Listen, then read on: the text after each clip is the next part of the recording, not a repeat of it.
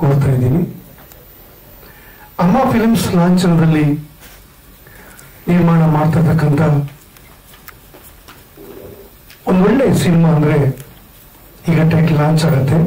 ನಾನೇ ಮೊದಲು ಹೇಳಲಿಕ್ಕೆ ಇಷ್ಟಪಡಲ್ಲ. ಬಹಳ ನಿರೀಕ್ಷೆ ಹುಟ್ಟಿಸುವಂತ ಟೈಟಲ್ ಇದು.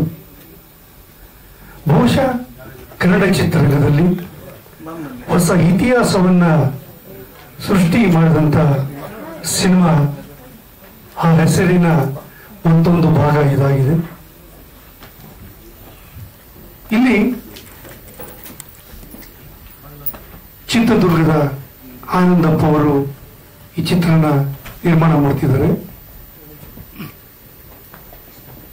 ಇವರಲ್ಲಿ ಬಹಳ ವಿಶೇಷ ನಾನು ಕಂಡೆ. ಹೇಗೆಂದ್ರೆ ದುಡಿಮೆಯೇ ದೇವರು ಅಂತ ತಿಳ್ಕೊಂಡಿರುವಂತ ಸ್ವಭಾವ, ಜೊತೆಯಲ್ಲಿ ಹೆಸರಿರೋ ಕಲಾವಿದರನ್ನ ನಿರ್ದೇಶಕರ ಹಾಕೊಂಡು ದುಡ್ಡು ಮಾಡೋದು ದೊಡ್ಡದಲ್ಲ, ಹೊಸಬರಿಗೆ ಒಂದು ಅವಕಾಶ ಕೊಟ್ಟು ಅವ್ರಿಗೂ ಒಂದು ಜೀವನ ರೂಪಿಸ್ಕೊಡೋದು ಬಹಳ ಮುಖ್ಯ ಅನ್ನೋ ಮನೋಭಾವ ಇಟ್ಕೊಂಡಂಥವ್ರು. ಹಾಗೂ ಚಿತ್ರದುರ್ಗದಲ್ಲಿ ಸಹಾಯ ಪ್ರವೃತ್ತಿಯ ಒಳ್ಳೆ ಮನಸ್ಸಿನವರು.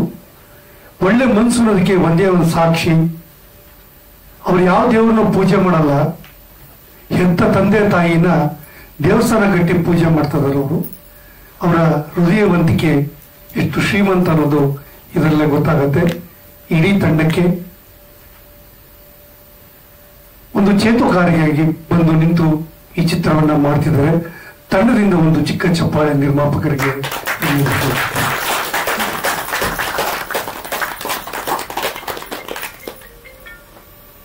ಇನ್ನು ನಿರ್ದೇಶಕರಿಗೆ ಹೇಳಿರ್ತಕ್ಕಂಥ ಮಾತು, ಇಲ್ಲಿ ಯಾವ ಆತುರನೂ ಬೇಡ, ಅಥವಾ 1 ತಿಂಗಳ ಶೂಟಿಂಗ್ ಮುಗಿಸಿ 3 ತಿಂಗಳು ರಿಲೀಸ್ ಮಾಡಬೇಕು ನಾವು ಕಾತುರವೂ ಬೇಡ. ನಿಮಗೆ ನಿಧಾನವಾಗಿ ಪಕ್ಕ ಅನಿಸಿದಾಗ ನೋಡಿಕೊಂಡು ನಿಧಾನವಾಗಿ ಚಿತ್ರೀಕರಣ ಮಾಡಿ. ಎಷ್ಟು ದಿನ ಆದ್ರೂ ಪರವಾಗಿಲ್ಲ, ಬಜೆಟ್ ಎಷ್ಟಾದ್ರೂ ಪರವಾಗಿಲ್ಲ, ಚಿತ್ರ ಚೆನ್ನಾಗಿ ಬರ್ಬೇಕು ಅಂತ ಹೇಳೋ ನಿರ್ಮಾಪಕರು ಟಾರ್ಚರ್ ಕೊಡ್ಕೋದ್ರೆ ಇವತ್ತು ಸಿಗಲ್ಲ.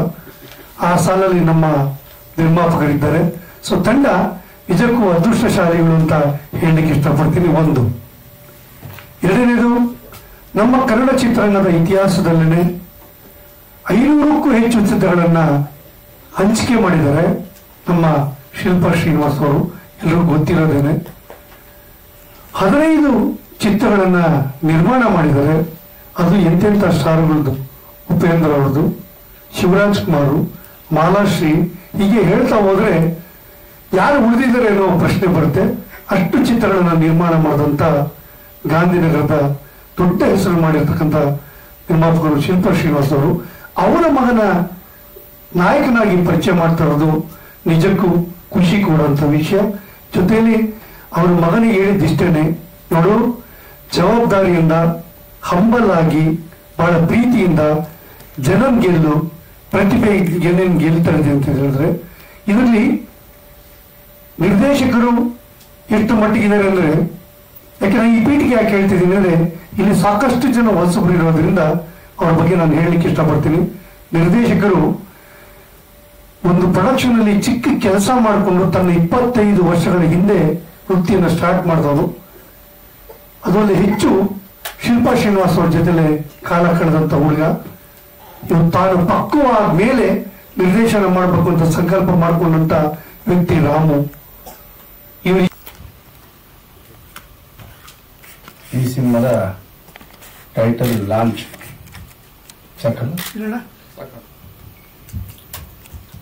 ಟೈಟಲ್ ಲಾಂಚ್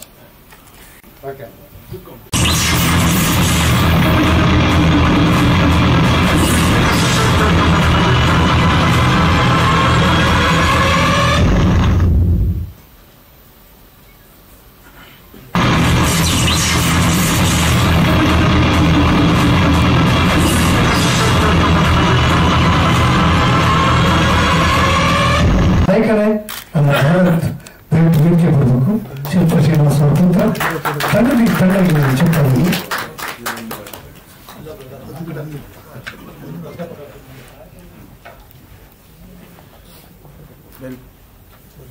ಚಿತ್ರದ ನಾಯಕಿ ವಿನೀತಾ ದಯವಿಟ್ಟು ಬರಬೇಕು ಪ್ಲೀಸ್.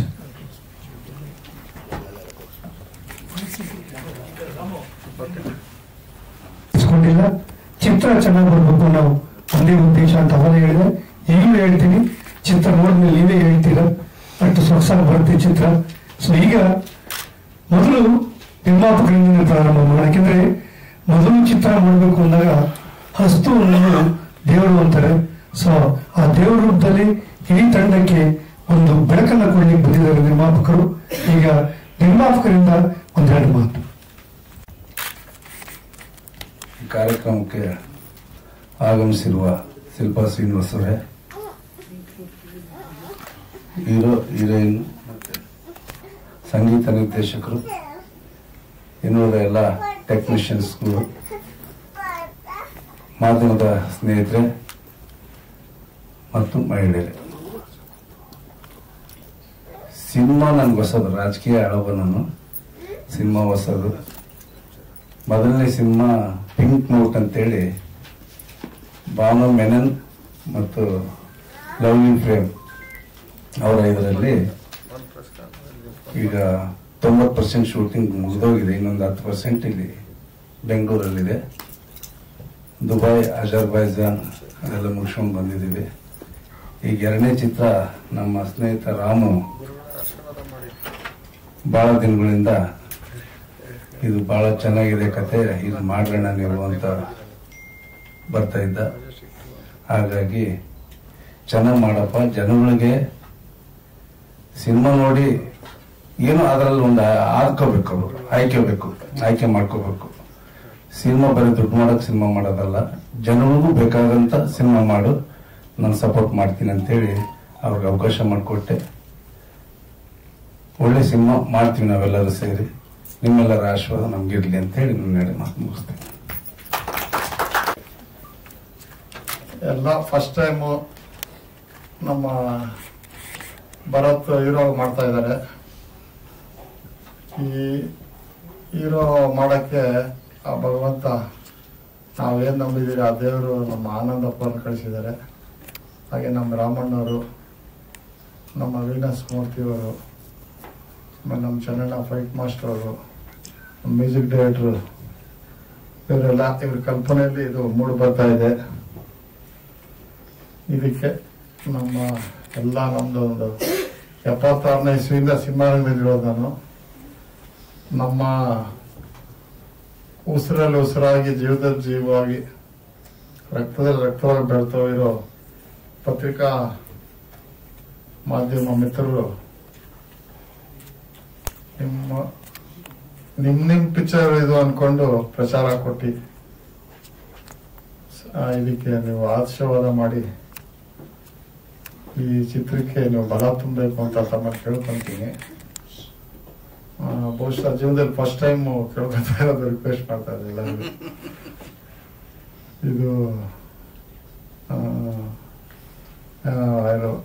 ನಿವೇದನೆ, ಇದು ಪ್ರಾರ್ಥನೆ ಆಗಿರುತ್ತೆ ತಮ್ಮಲ್ಲಿ. ಈ ಚಿತ್ರತಂಡನ, ಈ ಸಿನಿಮಾನ ಮೆಜೆಸ್ಟಿಕ್ 2 ತಾನೇ ಆ ಮೆಜೆಸ್ಟಿಕ್ ಹೆಂಗ್ ಮಾಡಿಸ್ಕೊಂತ 25 ವರ್ಷದ ಹಿಂದ್ಗಡೆ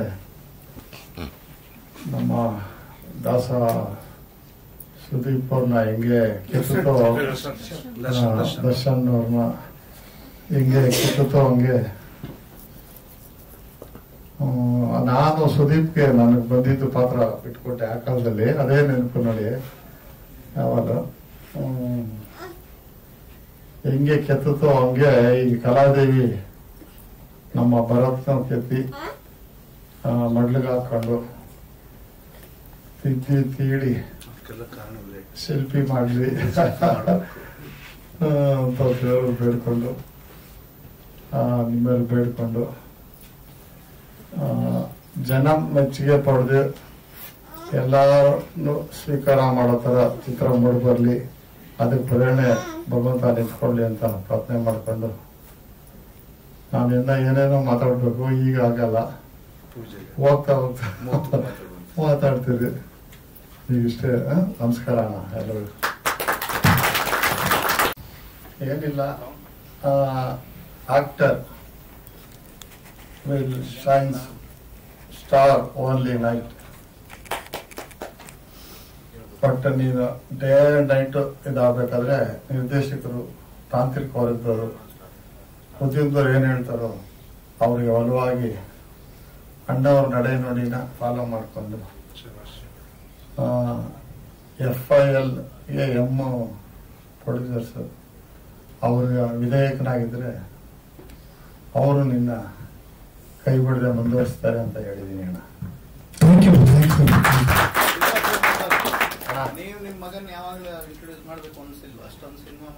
ಅಣ್ಣ ನನಗೆ ಅನ್ನಿಸ್ತು, ನನ್ನ ಪಿಕ್ಚರ್ ಅಲ್ಲಿ ಫಸ್ಟ್ ದಿ ಸಿಟಿ ಅಂತ ಒಂದು ಫಿಲಮ್ ಅಲ್ಲಿ ಮಾಡಿಸ್ದೆ ಅಣ್ಣ. ಮಾಸ್ಟರ್ ಹಿರಣ್ಣಯ್ಯರು, ನಮ್ಮ ಸಾಯಿ ಪ್ರಕಾಶ್, ವಿಜಯಕೃಷ್ಣ ಡೈರೆಕ್ಟರ್ ಆದ ಮಿನಿರಲ್ಲಿ. ಆಮೇಲೆ ರೋಮೇಜ್ ಒಂದು ಪಿಕ್ಚರ್ ಅಲ್ಲಿ ವಿಜಯ ರಾಘವೇಂದ್ರ ಚಿಕ್ಕ ಕ್ಯಾರೆಕ್ಟರ್ ಮಾಡಿಸ್ದೆ. ಭಗವಂತ ಅಷ್ಟೇ ನನಗೆ ನೀನೊಂದು ಫೋಟೋ ತೋರಿಸಿದೀನಿ, ನಡೆಯೋದು ಕಲ್ಸಿದೀನಿ, ಓಡೋದು, ಒಲಿಂಪಿಕ್ ಗೆಲ್ಲೋದು, ಮುಂದೆ ತಾಯಿ ಭುವನೇಶ್ವರಿ ಮಾಡ್ಲಿ ಅಂತ.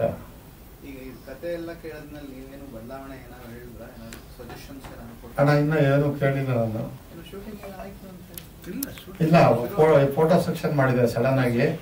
ಇದಕ್ಕಿಂದಕ್ಕೆ ಮೊನ್ನೆ ಬುಧವಾರ ನಮ್ಮ ನಿರ್ಮಾಪಕರು ರಾಘೇಂದ್ರಪ್ಪ ಅವರು ಮನೆಗೆ ಬಂದು ರಾಮಣ್ಣವರೆಲ್ಲ ಹಿಂಗೆ ತಿಳಿಸಿದ್ರು.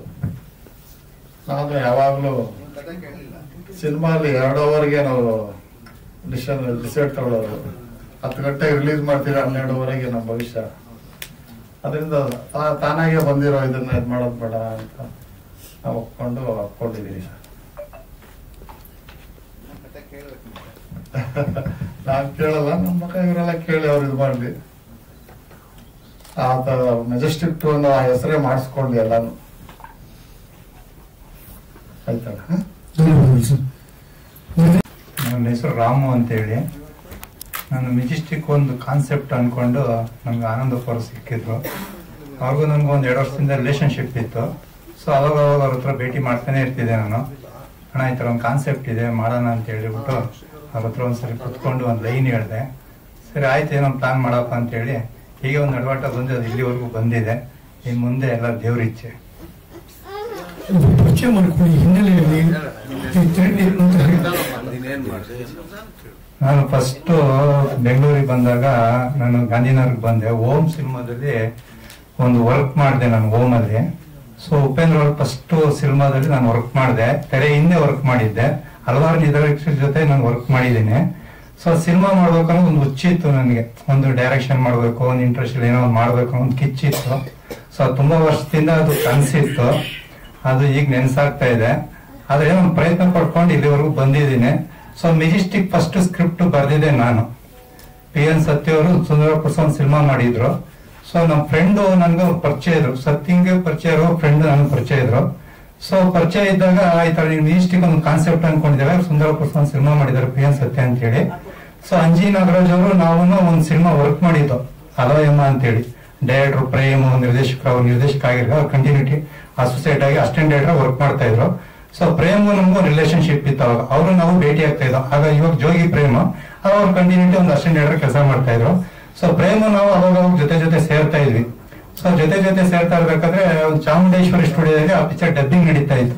ಸೊ ಡಬ್ಬಿಂಗ್ ನಡೀತಾ ಇರ್ಬೇಕಾದ್ರೆ ನಾವು ಅವರು ಒಂದು ಕುತ್ಕೊಂಡು ಒಂದು ವರ್ಕ್ ಮಾಡ್ತಾ ಇದ್ವಿ ಹಾಗೇನೆ. ಸೊ ವರ್ಕ್ ಮಾಡ್ಕೊಂಡು ಅವ್ರವ್ರದ್ದು ರಿಲೇಶನ್ಶಿಪ್ ಬೆಳೀತಾ ಇತ್ತು. ಅಂಜಿ ನಾಗರಾಜ್ ಅವರು ನಾವು ಒಂದು ಕುತ್ಕೊಂಡು ಒಂದು ವರ್ಕ್ ಮಾಡ್ತಾ ಇದ್ವಿ. ಸೊ ಸುಂದರಪುರ ಸಿನಿಮಾ ಆದ್ಮೇಲೆ PN ಸತ್ಯ ಅವ್ರು ನನಗೆ ಸಿಕ್ಕಿ ನಮ್ಮ ಫ್ರೆಂಡ್ ಅವ್ರಿಗೆ ಕರ್ಕೊಂಡೋಗಿ ಭೇಟಿ ಮಾಡಿಸಿ, ನೀನ್ ಮೆಜೆಸ್ಟಿಕ್ ಅಂತ ಒಂದು ಸಿನಿಮಾ ಅನ್ಕೊಂಡಿದ್ಯಲ್ಲ, ಟೈಟ್ಲ್ ನಾನು ಹೇಳಿದ್ದೆ ಅನ್ಕೊಂಡಿದ್ದೆ, ಆ ಸ್ಕ್ರಿಪ್ಟ್ ಇವ್ರಿಗೆ ಹೇಳು ಅಂತ ಹೇಳಿ ನಾನು PN ಸತ್ಯ ಅವ್ರಿಗೆ ಕತೆ ಹೇಳಿದೆ.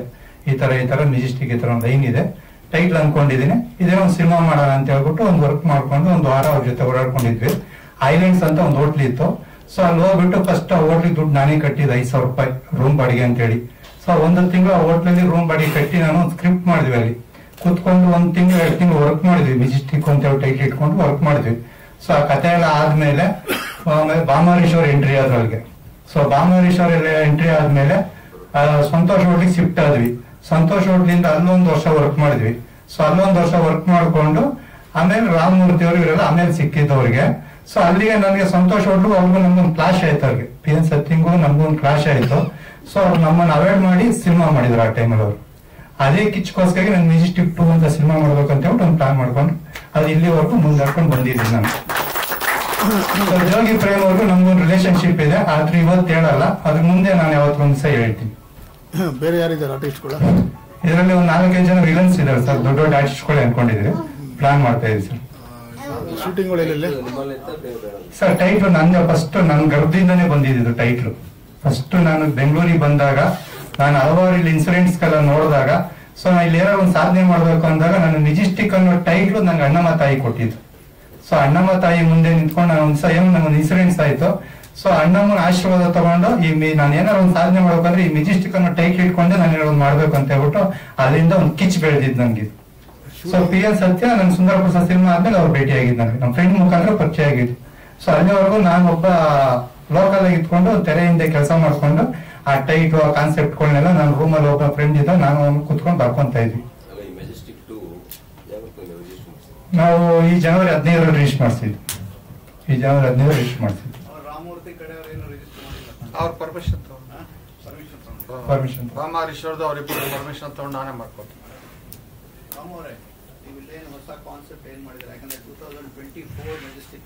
ಹೌದು ಸರ್, ಅವತ್ ನಾನು ಏನ್ ಕಾನ್ಸೆಪ್ಟ್ ಮಾಡಿದ್ವಿ ಇದು ಅದಕ್ಕಿಂತ ಜೋರಾಗಿ ಬರುತ್ತೆ ಸಿನಿಮಾ. ಅವತ್ ನೀವೇನ್ ಮೆಜೆಸ್ಟಿಕ್ ಸಿನಿಮಾ ನೋಡಿ ದರ್ಶನ್ ಅವ್ರಿಗೆ ಆಶೀರ್ವಾದ ಮಾಡಿದಿರಾ, ಇವತ್ತು ಅದೇ ತರ ಮೆಜೆಸ್ಟಿಕ್ 2 ಅಲ್ಲಿ ಭರತ್ ಅವ್ರಿಗೆ ಆಶೀರ್ವಾದ ಮಾಡ್ತೀರಾ ಅನ್ನೋ ನಂಬಿಕೆ ನನಗೆ ಇದೆ. ಇವತ್ತೇನು ಹೊಸಬ್ರುಗಳ ಸಿನಿಮಾ ಬರ್ತಾ ಇದೆ, ಏನಾಗ್ತಾ ಇದೆ ಅಂತ ಇಂಟ್ರೆಸ್ಟ್ ನೋಡಿದ್ದೀನಿ. ನಾನೀಗ ಇಂಡಸ್ಟ್ರಿಗೆ ಇವತ್ತು ಬಂದು 25 ವರ್ಷ ಮ್ಯಾಲ ಆಗಿದೆ. ಸೊ ಹಂಗಾಗಿ ನಾನು ಹಲವಾರು ನಿರ್ದೇಶಕರು ಹಿಂದೆ ನಿಂತ್ಕೊಂಡು ಕೆಲಸ ಮಾಡಿ ಹಲವಾರು ಡೈರೆಕ್ಟರ್ಗಳ ಹತ್ರ ಎಲ್ಲ ನೋಡಿದ್ದೀನಿ ನಾನು. ಅದೊಂದು ನನಗೆ ಮೈಂಡ್ ಇದೆ, ಸಿನಿಮಾ ಲಾಂಚ್ ಮಾಡ್ತೀನಿ, ಒಂದು ಜನರಿಗೆ ಮನಸ್ಸಿಗೆ ತರ್ತೀನಿ, ಅದು ನನ್ನಲ್ಲಿ ಒಂದು ಕಿಚ್ಚಿದೆ. ಅದು ಈಗ ನಾನು ಯಾರಿಗೂ ಟಾರ್ಗೆಟ್ ಮಾಡಿಲ್ಲ ಸರ್, ಕಾನ್ಸೆಪ್ಟ್ಗೋಸ್ಕರ ನಾನು ಮಾಡೋ ಡೈಲಾಗ್ಸ್. ಅದು ನಾನು ಯಾರನ್ನು ಉದ್ದೇಶಪೂರ್ವವಾಗಿ ಇಟ್ಕೊಂಡು ಯಾರನ್ನು ಇದ್ ಮಾಡ್ಬೇಕು ಅಂತ ನಾನು ಕಾನ್ಸೆಪ್ಟ್ ಮಾಡಿರೋದಲ್ಲ ಅದು. ಸೊ ನನ್ನ ಕಾನ್ಸೆಪ್ಟ್ ಏನ್ ಬೇಕು, ಆ ಸಿನಿಮಾಗೆ ಏನ್ ಬೇಕು ಅನ್ಸಿದೆ ಅದನ್ನ ನಾನು ಇಟ್ಕೊಂಡು ಪ್ಲೇ ಮಾಡ್ಕೊಂಡು ಹೋಗಿದ್ದೀನಿ. ಇದು ಒಂದು ಆಕ್ಷನ್, ಒಂದು ರೌಡಿಸಮ್ ಸಿನಿಮಾ ಸರ್, ಅಷ್ಟೇ. ಹೌದು.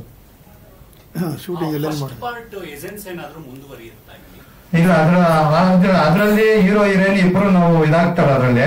ಸೊ ಅದ್ರಲ್ಲಿ ಹೀರೋ ಹೀರೋಯಿನ್ ಇದಾಗಿರೋದ್ರಿಂದ ಇದಿಲ್ಲ. ಇದೊಂದು ಮರಿದಾಸ ಅನ್ನೋದು ಒಂದು ಮೆಜೆಸ್ಟಿಕ್ ಯಾಕೆ ಬರ್ತಾನೆ ಅವನು. ಸೊ ಆ ಮರಿದಾಸನಿಂದ ಏನ್ ನಡೀತದೆ ಒಂದು ಕಾನ್ಸೆಪ್ಟ್ ಇದೆ ಅದರಲ್ಲಿ. ದಾಸ ಶೂಟಿಂಗ್ ಎಲ್ಲೆಲ್ಲಿ ಮಾಡ್ತೀರಾ ಸರ್? ಇಲ್ಲಿ ಮೆಜೆಸ್ಟಿಕ್, ಕಲಾಸಿಪಳ್ಯ, ಶಿವಾಜಿ ನಗರ, ಟೋಟಲ್ ಇಲ್ಲಿ ಲೋಕಲ್ ಕಾನ್ಸೆಪ್ಟ್ ಇಟ್ಕೊಂಡು ಪ್ಲಾನ್ ಮಾಡಿದ್ವಿ. ಸುತ್ತಮುತ್ತ ಸರ್.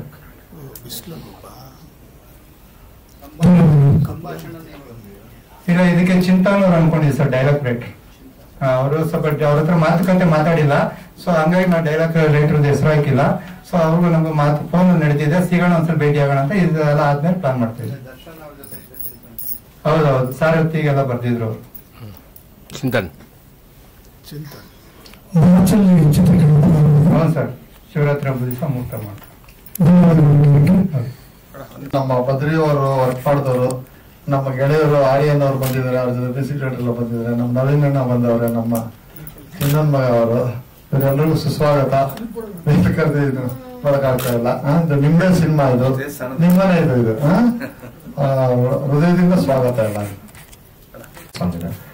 ಒಂದು ಹೀರೋಯಿನ್ ಅಂತೂ ಇದೇ ಇರುತ್ತೆ. ಬರ್ಸರ್ ಒಂದು ಇಂಟ್ರೊಡಕ್ಷನ್ ಒಂದು ಸಾಂಗ್, ಒಂದು ಮದರ್ ಸೆಂಟಿಮೆಂಟ್, ಒಂದು ಲವ್ ಸ್ಯಾಡ್, ಒಂದು ಡೇಟ್, ರೆಗ್ಯುಲರ್ ಕಮರ್ಷಿಯಲ್ ಪೆಟ್ರೋಲ್ಸ್ ಎಂದು ಆಗಿದೆ ಸರ್. ಅಷ್ಟೇ. Thank you very much. ಟೈಲರ್ಗಳಿದೆ ಸರ್.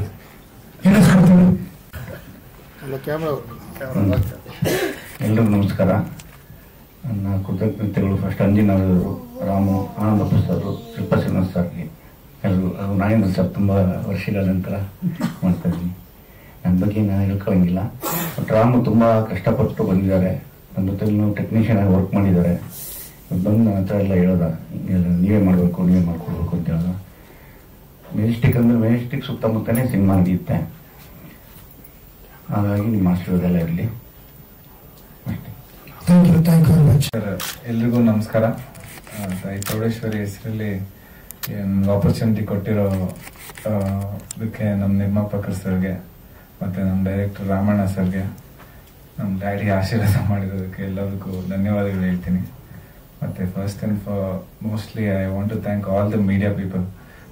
ನಿಮ್ಗಳ ಆಶೀರ್ವಾದದಿಂದನೇ ಕನ್ನಡ ಇಂಡಸ್ಟ್ರಿಯಲ್ಲಿ ಇವತ್ತು ಎಲ್ಲ ಹೀರೋಗಳಾಗ್ಲಿ ಆರ್ಟಿಸ್ಟ್ಗಳಾಗ್ಲಿ ಇಲ್ಲ ಇನ್ನೊಬ್ರು ಶೈನ್ ಆಗಿದ್ದಾರೆ ಅಂದ್ರೆ ಅದು ನಿಮ್ಮಿಂದಾನೆ. ಸೊ ಅವ್ರಿಗೆಲ್ಲ ಹೆಂಗೆ ನೀವು ಬ್ಲೆಸ್ ಮಾಡಿದಿರೋ ನಮ್ಮ ಸಿನಿಮಾಗೂ ಹಂಗೆ ಬ್ಲೆಸ್ ಮಾಡಿ, ನನಗೂ ಹಂಗೆ ಬ್ಲೆಸ್ ಮಾಡಿ ನಿಮ್ಮ ಮಡ್ಲಲ್ಲಿ ಹಾಕೊಳ್ಳಿ ಅಂತ ನಾನು ಬೇಡ್ಕೋತೀನಿ. ಮತ್ತೆ ಈ ಚಿತ್ರದ ಬಗ್ಗೆ ಹೇಳ್ಬೇಕು ಅಂದ ತಕ್ಷಣ ನಮ್ಮ ರಾಮಣ್ಣ ನಮ್ಗೆ ಹೇಳಿದಾಗ ನಂಗೆ ತುಂಬಾ ಖುಷಿ ಆಯ್ತು. ನಾನು ರಂಗಭೂಮಿ ಹಿನ್ನೆಲೆಯಿಂದ ಬಂದಿರೋದು, ಸೊ ಈ ತರ ಒಂದು ಪಾತ್ರ ಇದೆ ಅಂತ ಹೇಳಿದಾಗ ನನಗೆ ತುಂಬಾ ಖುಷಿ ಆಯ್ತು. ಸೊ ಡೆಫಿನೆಟ್ಲಿ ಮಾಡ್ತೀನಿ ಅಂತ ಹೇಳ್ಬಿಟ್ಟು ಇಟ್ಕೊಂಡ್ವಿ. ಆಮೇಲೆ ಟೈಟ್ಲ್ ಹೇಳಿದ ತಕ್ಷಣ ಖುಷಿ ಆಯ್ತು. ಸೊ ಟೈಟ್ಲ್ ಅಂತ ಬಂದಿದ ತಕ್ಷಣ ಫಸ್ಟ್ ಜ್ಞಾಪನ ಬರೋದೇ ನಮ್ ಡಿ ಬಾಸ್ ಅವರು. ಡಿ ಬಾಸ್ಗೆ ಅಪ್ಪಟ ಅಭಿಮಾನಿ. ಫಸ್ಟ್ ನಾನು ಶಿವಣ್ಣ ಲಾಂಗ್ ಹಿಡ್ಕೊಂಡು ನೋಡಿದ್ರೆ ನೆಕ್ಸ್ಟ್ ಡಿ ಬಾಸ್ನೇ ನೋಡಿರೋದು. ಸೊ ಡಿ ಬಾಸ್ ಅವ್ರು 25ನೇ ವರ್ಷ ಪಾದಾರ್ಪಣೆ ಆಗಿ ಅದೇ ಟೈಮ್ಗೆ ನಮ್ಮ ಈ ಸಿನಿಮಾ ಲಾಂಚ್ ಆಗ್ತಾ ಇರೋದು ನನಗೆ ತುಂಬಾ ಖುಷಿ ಕೊಡುವಂತ ವಿಚಾರ. ಅವರಲ್ಲಿ ಒಂದು 2% ಇಲ್ಲ 1% ನಮಗ್ ಬಂದ್ಬಿಟ್ರೆ ಅದೇ ದೊಡ್ಡ ಸಾಧನೆ ನಮ್ಮ ಜೀವನದಲ್ಲಿ ಅನ್ನೋದು ಇದು. ನಮ್ಮ ಮಾದರಿ ಅಣ್ಣವರಂತೆ ನಾನು ಅವ್ರ ಆಶೀರ್ವಾದದಲ್ಲಿ ಬೆಳಿಬೇಕು ಅನ್ಕೊಂಡಿದ್ದೀನಿ. ಮತ್ತೆ ಈ ಪಾತ್ರದ ಬಗ್ಗೆ ಹೇಳ್ಬೇಕು ಅಂದ್ರೆ ರಾಮಣ್ಣ ಅವರೇ ಸ್ಕ್ರಿಪ್ಟ್ ಎಲ್ಲ ಹೇಳ್ತಾರೆ. ನಾನು ಹಿನ್ನೆಲೆಯಾಗಿ ತುಂಬಾ ತಯಾರಿ ಮಾಡ್ಕೊಂಡಿದ್ದೀನಿ. ಯಾಕಂದ್ರೆ ಇದು ಸಿನಿಮಾ ಟೈಟ್ಲ್ ಅಲ್ಲಿ ಹೇಳೋಂಗೆ ಇದೊಂದು ಜವಾಬ್ದಾರಿ. ಮೆಜೆಸ್ಟಿಕ್ 2 ಅಂದ್ರೆ ಮೆಜೆಸ್ಟಿಕ್ 2 ಅಂದ್ರೆ ಬರೀ ಒಂದು ಸಿನಿಮಾ ಅಲ್ಲ, ಇದು ಅದೊಂದು ದೊಡ್ಡ ಜವಾಬ್ದಾರಿ. ಯಾಕಂದ್ರೆ ಒಂದು ಕನ್ನಡ ಇಂಡಸ್ಟ್ರಿಗೆ ಯಾರು ಮರೆಯಲಾಗದಿರೋಂತ ಒಂದು ದೊಡ್ಡ ಸ್ಟಾರ್ ನ ಕೊಟ್ಟಿರೋ ಸಿನಿಮಾ. ಸೊ ಅದು ನಮ್ಗೆ ಸಿಕ್ಕಿದೆ ಅಂದ್ರೆ ಅದೊಂದು ದೊಡ್ಡ ಜವಾಬ್ದಾರಿ ಅನ್ಕೊಂಡು ನನ್ನ 100%, 110% ನನ್ ಎಷ್ಟು ಹಾರ್ಡ್ ವರ್ಕ್ ಆಗುತ್ತೋ ಅಷ್ಟು ಹಾರ್ಡ್ ವರ್ಕ್ ಈ ಸಿನಿಮಾಗಾಗಿ ಏನೇ ಎಂತದೇ ಇದ್ ಬಂದ್ರು ನಾನು ನಿಂತ್ಕೊಂಡು ಮಾಡಿ ಅದ್ರಲ್ಲಿ ಜಯಿಸ್ತೀನಿ ಅನ್ನೋ ಒಂದು ನಂಬಿಕೆ ನಂಗಿದೆ. ಅಷ್ಟೇ 100% ಎಫರ್ಟ್ ನಾನು ಮಾಡ್ತೀನಿ. ಪ್ಲೀಸ್ ನೀವೆಲ್ಲ ಆಶೀರ್ವಾದ ಮಾಡಿ. ನನ್ಗೆ ಮೀಡಿಯಾ ಅವ್ರ ಸಪೋರ್ಟ್ ಬೇಕು, ಎಲ್ಲರೂ ಸಪೋರ್ಟ್ ಬೇಕು. Thank you sir. Thank you for each and every one. Sir ನಾನು ವೈಖರಿ ಥಿಯೇಟರ್ ಗ್ರೂಪ್ ಅಂತ ಇದ್ದಿದ್ದು, ಕರಡಿಪುರ ಸರ್ಕಸ್ ಕಂಪ್ನಿ ಅಂತ ನಾಟಕ ಮಾಡಿದ್ದೆ.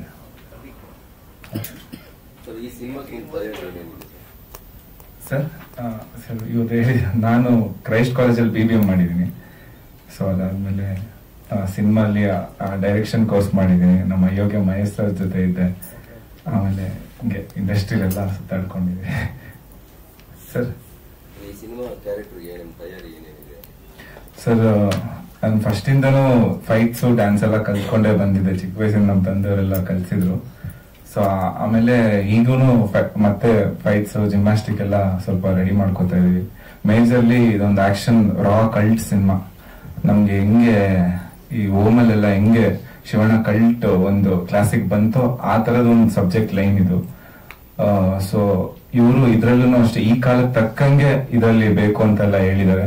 ಸೊ ಈ ಕಾಲಕ್ಕೆ ತಕ್ಕಂಗೆ ಈ ಸ್ಟಂಟ್ಸ್ ಏನೇನು ಅಪ್ಡೇಟ್ಸ್ ಆಗ್ಬೇಕು ಅದನ್ನೆಲ್ಲ ಮಾಡ್ಕೊಂಡು ಮತ್ತೆ ಎಲ್ಲಾ ತರದ್ದು ಇದ್ ಮಾಡ್ಕೊಂತ ಇದ್ದೀನಿ.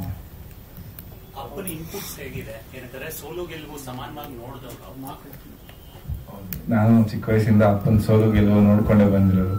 ನಮ್ ಡ್ಯಾಡಿ ಯಾವತ್ತು ಗೆದ್ದಾಗ ಹಾರಾಡ್ಲಿಲ್ಲ, ಸೋತಾಗ ನಮ್ಗೆ ಯಾರಿಗೂ ಮನೇಲಿ ಕುಗ್ಗೋದು ಅನ್ನೋದು ಬರ್ಲಿಲ್ಲ. ನಮ್ನೆಲ್ಲ ಯಾವತ್ತು ಒಂದೇ ತರ ನೋಡಿದಾರೆ. ಸೊ ಸಿನಿಮಾ ಇಂಡಸ್ಟ್ರಿ ನಮ್ಗೆ ಫುಡ್ ಕೊಟ್ಟಿದೆ, ಬೆಡ್ ಕೊಟ್ಟಿದೆ, ಎಲ್ಲ ಚೆನ್ನಾಗಿ ಇಟ್ಟಿದ್ದೇವ್ರು ಒಳ್ಳೆ ಆಶೀರ್ವಾದ ಮಾಡಿದಾನೆ. ನಮ್ ತಂದೆಯವ್ರು ಹೇಳಿರೋದು ಇಷ್ಟೇ, ಯಾರ್ದು ಒಬ್ರದ್ದು ₹1 ನಾವು ಏನಾದ್ರು ಒಂದು ಮಾಡ್ಬೇಕಾದ್ರೆ ಅವ್ರದ್ದು ಅಕೌಂಟಬಿಲಿಟಿ ಇರ್ಬೇಕು. ಮತ್ ಮೇಜರ್ಲಿ ನಮ್ 100% ಕೊಡ್ಬೇಕು. ಅದಕ್ಕೆ ಅದನ್ನ ಇಟ್ಕೊಂಡು ದೇವರ ಆಶೀರ್ವಾದ ತಗೊಂಡು ಒಳ್ಳೆ ಕೆಲಸನೇ ಮಾಡ್ಬೇಕು. ಕನ್ಸ್ಪನ್ಸಲ್ಲೂ ಒಬ್ರು ಕೆಟ್ಟದ್ದು ಬಯಸಬಾರ್ದು ಅನ್ನೋದು ಹೇಳ್ಕೊಟ್ಟಿದ್ದಾರೆ. ಕಾರ್ಯಕ್ರಮಕ್ಕೆ ನಮ್ಮ ಸ್ನೇಹಿತರು ರಘುನಾಥ್ ಅವರು ಬಂದಿದ್ದಾರೆ. ಅವ್ರ ಸುಸ್ವಾಗತ. ಎಲ್ರಿಗೂ ನಮಸ್ತೆ. ನನ್ನ ಆರೋಗ್ಯ ಪರಿಸ್ಥಿತಿ ಸರಿ ಇಲ್ಲ, ದಯವಿಟ್ಟು ಏನು ಬೇಜಾರು ಮಾಡ್ಕೊಬೇಡಿ. ವಾಯ್ಸ್ ಚೇಂಜ್ ಆಗಿದೆ. ಇಲ್ಲಿ ನೆರೆದಿರುವಂತಹ ಎಲ್ಲ ಮಾಧ್ಯಮದವರಿಗೂ ಹಾಗೆ ಎಲ್ಲ ಗಣ್ಯರಿಗೂ ಕೂಡ ಇವತ್ತು ನಾನು ನಿಮ್ಮೆಲ್ಲರ ಜೊತೆ ಒಬ್ಬಳಾಗಿರೋದು ತುಂಬಾ ಖುಷಿ ಕೊಡ್ತಾ ಇರುವಂತಹ ವಿಷಯ. ಇದು ನನ್ನ 16ನೇ ಸಿನಿಮಾ, ನಾಯಕಿ ನಟಿಯಾಗಿ ಮಾಡ್ತಾ ಇರುವಂತ 5 ಸಿನಿಮಾ ರಿಲೀಸ್ ಆಗಿದೆ. ಈ ಸಿನಿಮಾದಲ್ಲಿ ಕತೆ ಕೇಳಿದಾಗ ಬಹಳ ಇಷ್ಟ ಆಗಿದ್ದು, ನಾನು ಇದುವರೆಗೂ ಮಾಡಿರುವಂತ ಸಿನಿಮಾಗಿಂತ ಇದು ಡಿಫ್ರೆಂಟ್ ರೋಲ್ ಆಗಿರ್ಬೋದು, ನನ್ನ ಕ್ಯಾರೆಕ್ಟರ್ ಆಗಿರ್ಬೋದು, ಕಂಪ್ಲೀಟ್ ಚೇಂಜ್ ಇದೆ. ಸೊ ಹಾಗಾಗಿ ಈ ಸಿನಿಮಾ ನನಗೆ ಬಹಳ ಇಷ್ಟ ಆಯ್ತು. ಡೈರೆಕ್ಟರ್ ಸರ್ ಕತೆ ಹೇಳಿದಾಗಲೂ ಕೂಡ ಬಹಳ ಖುಷಿ ಆಯ್ತು ನನಗೆ. ಕ್ಲೈಮ್ಯಾಕ್ಸ್ ಅಲ್ಲಿ ನನ್ನ ಪಾತ್ರ ಬಹಳ ಚೆನ್ನಾಗಿದೆ. ಸೊ ತುಂಬಾ ಚೆನ್ನಾಗಿ ಮಾಡ್ತೀನಿ ಅಂತ ಅನ್ಕೊಂಡಿದೀನಿ ಆ ಒಂದು ಪಾತ್ರನ. ಯಾಕಂದ್ರೆ ಆ ಸ್ಟೋರಿ ಕೇಳಿದಾಗ ಅಷ್ಟು ಖುಷಿ ಆಯ್ತು. ನನ್ನ ಇದುವರೆಗೂ ಮಾಡಿರೋ ಮೂರಲ್ಲಿ ಯಾವ್ದು ಆತರ ಒಂದು ರೋಲ್ ಇಲ್ಲ. So thank you. ನನ್ಗೆ ಒಂದೊಳ್ಳೆ ಆಪರ್ಚುನಿಟಿ ಕೊಟ್ಟಿದ್ದಕ್ಕೆ ಡೈರೆಕ್ಟರ್ ಸರ್ ಹಾಗೆ ಪ್ರೊಡ್ಯೂಸರ್ ಸರ್ ಎಲ್ರಿಗೂ ಕೂಡ ನಿಮ್ಮೆಲ್ಲರೂ ಸಪೋರ್ಟ್ ಇರ್ಲಿ ಮೆಜೆಸ್ಟಿಕ್ 2 ಮೂವಿಗೆ ಅಂತ ಕೇಳ್ಕೊಳ್ತೀನಿ. Thank you so much. Thank you. ದೊಡ್ಡ ವ್ಯಕ್ತಿಗಳು ನಮಸ್ಕಾರ. ನಮ್ಮ ಪ್ರೊಡ್ಯೂಸರ್ ಅವರು, ನಮ್ಮ ಸೀನಿಯರ್ ಅವರು, ಡೈರೆಕ್ಟ್ರು, ಕ್ಯಾಮ್ರಾಮನ್ ಎಲ್ಲರಿಗೂ, ಇಲ್ಲಿರೋ ವ್ಯಕ್ತಿಗಳೆಲ್ಲ ನಮಸ್ಕಾರಗಳು. ನಾನು ಸಿನಿ ಫೀಲ್ಡಿಗೆ ಬಂದು 28 ಇಯರ್ಸ್ ಆಯಿತು. ಈಗ ಮಾಸ್ಟರ್ ಆಗಿ 1 ಇಯರ್ ಆಯಿತು. 1 ಇಯರಲ್ಲಿ ಈಗ ಇವರು ಕರೆದು, ಅನಜಿನಗರ ಸರ್ ಕರೆದು ಈ ಸಿನಿಮಾ ನೀವು ಮಾಡಿ ಅಂತ ಹೇಳಿದ್ರು. ಡೈರೆಕ್ಟರ್ ಸರ್ ಹತ್ರ ಕೇಳಿದ ಕಾನ್ಸೆಪ್ಟು ಅದ್ಭುತವಾಗಿದೆ. ಒರಿಜಿನಲ್ ಸ್ಟೋರಿ ಹೆಂಗೆ ಡೌಟಿಸಿಂಗ್ ಮಾಡಬೇಕು ನೀವು ತಯಾರಾಗಿ ಅಂತ ಹೇಳಿದರು. ಮೊನ್ನೆ ಫೋಟೋ ಶೂಟ್ ಮಾಡೋವಾಗಲೇ ಹೀರೋ ಸಾಹೇಬರು ನೋಡಿದ್ದೆ, ಅದ್ಭುತವಾಗಿ ಮಾಡ್ತಾ ಇದ್ದಾರೆ. ಇಲ್ಲೇ ಕಾಣ್ತಾ ಇದ್ದಾರೆ ಅಲ್ಲಿ ಫೋಟೋಸ್ ಎಲ್ಲ ಚೆನ್ನಾಗಿ ಮಾಡಿದ್ರು. ಸೊ ಅವ್ರನ್ನ ಹೆಂಗೆ ಡೆವಲಪ್ಮೆಂಟ್ ಮಾಡ್ಬೇಕಂತ ನನಗೆ ಗೊತ್ತು. ಚೆನ್ನಾಗಿ ಫೈಟ್ ಮಾಡಿಸ್ತೀನಿ. ಈ ವರ್ಷ 24 ಇಯರ್ಸ್ ಆ ಟೈಮ್ ಏನಿದೆ, ಮೆಜೆಸ್ಟಿಕಲ್ಲಿ ಹೆಂಗ್ ನಡೀತಾ ಇದೆ, ದಂಧೆಗಳು ಹೆಂಗಿದೆ, ನೈಟು ಬಸ್ಸಲ್ಲಿ ಏನೇನು ಹೋಗ್ತಾ ಇರುತ್ತೆ ಬರುತ್ತೆ ಎಲ್ಲ ಗೊತ್ತು. ಆ ಥರ ರೌಡಿಸಮ್ ಸ್ಟೋರಿದು ಅದೇ ಥರನೇ ನ್ಯಾಚುರಲ್ ತೆಗೆದು ಒಬ್ಬನು ಸಾಯಿಸ್ಬೇಕಂದ್ರೆ ಅವನು ಹೋಗೋ ಟೈಮಿಂಗು, ಬರೋ ಟೈಮಿಂಗು ಎಲ್ಲ ನೋಡಿಕೊಂಡು ಮಾಡ್ತಾರಲ್ಲ ಅಟ್ಯಾಕು, ಆ ಥರ ಒರಿಜಿನಲ್ ಸ್ಟೋರಿ. ಫೈಟನ್ನು ಹಂಗೆ ತೆಗಿತೀನಿ. ಫುಲ್ ಕಾನ್ಫಿಡೆಂಟಲ್ಲಿ ತೆಗಿದ್ದೀನಿ. ಇಲ್ಲ ಸಾಗರ್ ಮೇಲಿಂದ ಹೇಳ್ಬಿಡ್ತೀನಿ. ನಾನು 76ನೇ ಇಸ್ವಿಯಿಂದ ಚಿತ್ರವಿತರಕ ಮಾಡಿಕೊಂಡು ಇವತ್ತು ಬೆಂಗಳೂರಲ್ಲಾಗಲಿ ಕರ್ನಾಟಕದಲ್ಲಿ 2000 ಥಿಯೇಟ್ರಿಂದ 600 ಥಿಯೇಟರ್ ಇದೆ. ನನ್ನ ಕಾಲದಲ್ಲಿ ನಾನು ವಿತರಣೆ ಮಾಡ್ತಿದ್ದಾಗ ಒಂದು ಥಿಯೇಟರ್ ಎಲ್ಲ ಒಂದು ₹100 ಎಕ್ಸಿಬಿಟರ್ಗೆ ಕಮ್ಮಿ ಬಂದ್ಬಿಟ್ರೆ ನೆಕ್ಸ್ಟ್ ಪಿಕ್ಚರ್ಗೆ ನಾನು ಎಲ್ಲಾ ಲ್ಯಾಂಗ್ವೇಜ್ ರಿಲೀಸ್ ಮಾಡ್ತಾ ಇದ್ದೆ. ಕಾಸೆ ಇಸ್ಕೊಂತ ಇರಲಿಲ್ಲ, ಹಾಕ್ಬಿಟ್ಟು ನಿಮ್ಗೆ ಕವರ್ ಮಾಡ್ಕೊಂಡು ವಾಪಸ್ ತಂದು ಕೊಡುವಂತ ಇದೆ. ಇವತ್ತು ಆ ಥಿಯೇಟರ್ಗಳಲ್ಲಿ ಉಳಿದಿದೆ. ಆ ಇಂಡಸ್ಟ್ರಿಗೆ ನಾನು ಕೊಟ್ಟಿರೋ ಇದು ಅಹಂಕಾರ ಅಲ್ಲ, ಹೇಳಲಿಲ್ಲ ಗೊತ್ತಾಗಲ್ಲ. ಥಿಯೇಟರ್ ಉಳ್ಕೊಂಡಿದೆ. ನಮ್ಮ ಕಾಲದಲ್ಲಿ ಸಿನಿಮಾ ಥಿಯೇಟ್ರೇ ನಮ್ಗೆ ದೇವಸ್ಥಾನ. ನಾನು ಮಡ್ರಾಸು, ಹೈದರಾಬಾದ್ ಎಲ್ಲ ಪಿಕ್ಚರ್ ತರಕ್ ಹೋದ್ರೆ ನಮ್ದೆಲ್ಲ ಅವಾಗೆಲ್ಲ ಮಡ್ರಾಸಲ್ಲೇ ನಡೀತಾ ಇತ್ತು ಕೆಲಸ ಕಾರ್ಯ ಎಲ್ಲ. ನಾನು ಥಿಯೇಟರ್ಗಳಿಗೆ ಕೈ ಮುಗಿತಾ ಇದ್ದೆ. ನಮ್ಮ ಜೊತೆಲಿದ್ದಾರೆ, ಎಲ್ಲಪ್ಪ ದೇವಸ್ಥಾನ ಕಾಣ್ತಾ ಇಲ್ಲ, ಕೈ ಮುಗಿತಾ ಇದೆ ಅಂದ್ರು. ಅನ್ನೋರು ಇಲ್ಲಪ್ಪ ನಮ್ಗೆ ಥಿಯೇಟರ್ ದೇವಸ್ಥಾನ. ಆವಾಗ ಬರೀ ಆಡಿಯೋ ಬಿಟ್ಟರೆ ಥಿಯೇಟರ್ ಕನೆಕ್ಷನ್ ಮಾಡಿ. ನಾನು ಇವತ್ತು ಶುಕ್ರವಾರ ಮೆಜೆಸ್ಟಿಕ್ ಕಡೆ ನಮ್ಮ ಕಾಲದಲ್ಲಿ 20 ಥಿಯೇಟರ್ ಇತ್ತು, ಇವಾಗ 6-7 ಥಿಯೇಟರ್ ಇದ್ರೆ. ಆದ್ರೂ ಎಲ್ಲಾ ಥಿಯೇಟರ್ಗೂ ಕೈ ಮುಗ್ಕಡೆ ಬರೋದು. ಅದೇ ತರ ಒಂದ್ಸರಿ ನಮ್ಮ ಡಿಸ್ಟ್ರಿಬ್ಯೂಷನ್ ಮಾಡ್ತಾ ಇದ್ದೆ ತೆಲುಗು. ಮೊನ್ನೆ ಒಂದು ಚಿರಂಜೀವಿ ಅವರು ಒಂದು ಪಿಕ್ಚರ್ ತಂದೆ ಮಗ ಮಾಡಿದ್ರು, ಅದು ಸುಮಾರು ಆಗುತ್ತೆ. ನೆಕ್ಸ್ಟ್ ಮಹೇಶ್ ಬಾಬುದು ಒಂದು ಪಿಕ್ಚರು ಅವರೇ ರಿಲೀಸ್ ಮಾಡಿದ್ರು. ನಾನು ಹೋಗಿ ಕೇಳಿದೆ, ಆದ್ರೂ ಲಾಸ್ ಆಗಿದೆ ಪಿಕ್ಚರ್ ಕೊಡ್ಲಿ ಅಂತ. ಯಾಕಂದ್ರೆ ನಾನು ಮೊದಲೆಲ್ಲ ಕೊಡ್ತಾ ಇದ್ನಲ್ಲ ಎಲ್ಲರಿಗೂ ಅಂತ. ಅವರು ಇಲ್ಲ, ಈ ಪಿಕ್ಚರ್ ಬೇರೆಯವ್ರು ಮಾಡ್ಬಿಟ್ಟಿದ್ದೀರಿ ಅಂದ್ರು. ಅವ್ರು ಹೇಳ್ದೆ, ಈ ಟ್ಯಾಕ್ಟಿಕ್ಸು, ಈ ಬುದ್ಧಿವಂತಿಕೆ ನಾನು ಆ ಕಾಲದಲ್ಲಿ ಕಲ್ತ್ಬಿಟ್ಟಿದ್ರೆ ನಿಮ್ ತಂದೆ ನಿಮ್ ತಾತ ಎಲ್ಲ ಇವತ್ತು ಥಿಯೇಟರ್ ಇರ್ತಾ ಇರ್ಲಿಲ್ಲಪ್ಪ, ಟ್ಯಾಕ್ಸ್ ಕಡ್ದಿರ ಮಾಡ್ಕೊಂಡ್ಬಿಡ್ತಾ ಇದ್ರು ಈ ತರದ. ಆಮೇಲೆ ಅವ್ರು ಕಣ್ಣೀರ್ ಹಾಕೊಂಡು ಏರಿಯಾ ಕೊಟ್ರು. ಹಂಗೆ ಜನಗಳಲ್ಲಿ ಎಲ್ಲೋ ಒಂದ್ ಕಡೆ ಮಾನವೀಯತೆ ಹೇಳಿದ್ರೆ ಗೊತ್ತಾಗ್ತದೆ. ಯಾಕಂದ್ರೆ ತಾತ ಮಕ್ಕಳು ಅವ್ರ ಪರಂಪರೆ ಮೊಮ್ಮಕ್ಕಳು ಗೊತ್ತಿರಲ್ಲ. ಅದಕ್ಕೆ ಇವಾಗ ಈ ಮಾತು ಹೇಳ್ತಾ ಇದ್ದೀನಿ. ನಾನು 84ನೇ ಇಸ್ವಿಲಿ ಫಿಲಿಂ ಪ್ರೊಡ್ಯೂಸರ್ ಮಾಡಿದೆ. ನನಗೆ ಪ್ರೊಡ್ಯೂಸರ್ ಮಾಡಿದ್ದು ಏನೋ, ನನ್ನ ಮಗ ಬರೀ ಟಿಫನ್ ತಿಂತಿಯಲ್ಲೋ, ಅಂಬರೀಶ್ ಅವರು ಪರ್ಮನೆಂಟ್ ಪಿಕ್ಚರ್ ಮಾಡ್ತಾ ಇದ್ದೆ. ಬೇಟೆ, ಮಿಸ್ಟರ್ ದಿಗ್ವಿಜಯ ವಿಶ್ವರೂಪ ಎಲ್ಲಾ ಪಿಕ್ಚರ್ ನಾನೇ ರಿಲೀಸ್ ಮಾಡ್ತಾ ಇದ್ದೆ. ದಿಗ್ವಿಜಯ ಶ್ರೀನಾಥ್ ಪ್ರೊಡ್ಯೂಸರ್ 27 ಅಡಿ ಕಟೌಟ್ಸ್ ಆಗ್ತದೆ ಸಾಗರಲ್ಲಿ, 3 ಜನದ 25. ನಮ್ದು 2 ಅಡಿ ಕಟೌಟ್ ಜಾಸ್ತಿ ಹಾಕ್ಸ್ಬಿಟ್ಟು ಆ ಬಿಲ್ ನೀನೇ ಕೊಡಪ್ಪ ಅಂದೆ. ಅಶೋಕ್ ಹೇಳಿ ಅವರೇ ಬಿಲ್ ಕೊಟ್ರು. ಹಂಗೆ ಬರೀ ಹಿಂಗೆ ಮಾಡ್ತಾ ಇದ್ಯಾ, ನೀನೊಂದು ಪಿಕ್ಚರ್ ಮಾಡು ಅಂದ್ರೆ ನಾನು ಬೇಡಪ್ಪ ಆರಾಮಾಗಿದ್ದೀನಿ, ನಾವು ಇಷ್ಟಕ್ಕೇನೆ ಅಂತಂದೆ. ಇಲ್ಲ ಮಾಡು ಅಂತ ಹೇಳಿ ಅಶೋಕ್ 50,000 ಕೊಡ್ಸಿ, ರಾಜೇಂದ್ರ ಬಾಬು ಅವ್ರಿಗೆ ಅಡ್ವಾನ್ಸ್ ಕೊಡ್ಸಿ ಹಂಗೆ ಪ್ರಾರಂಭ ಮಾಡಿಸಿದ್ರು.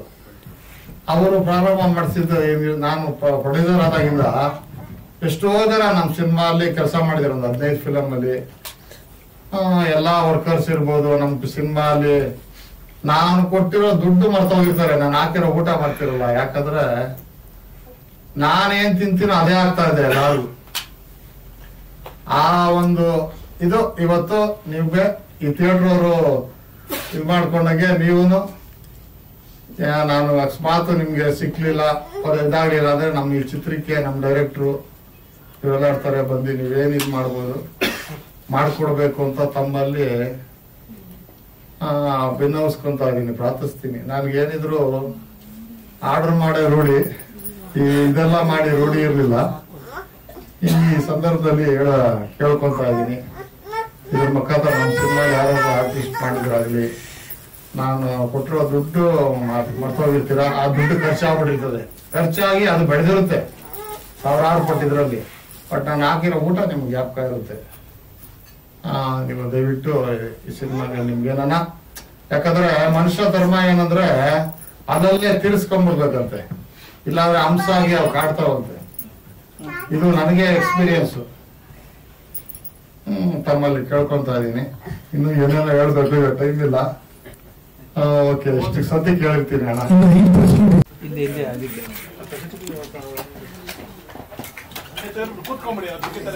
ಆಯ್ತಾಯ್ತಾಯ್ತು.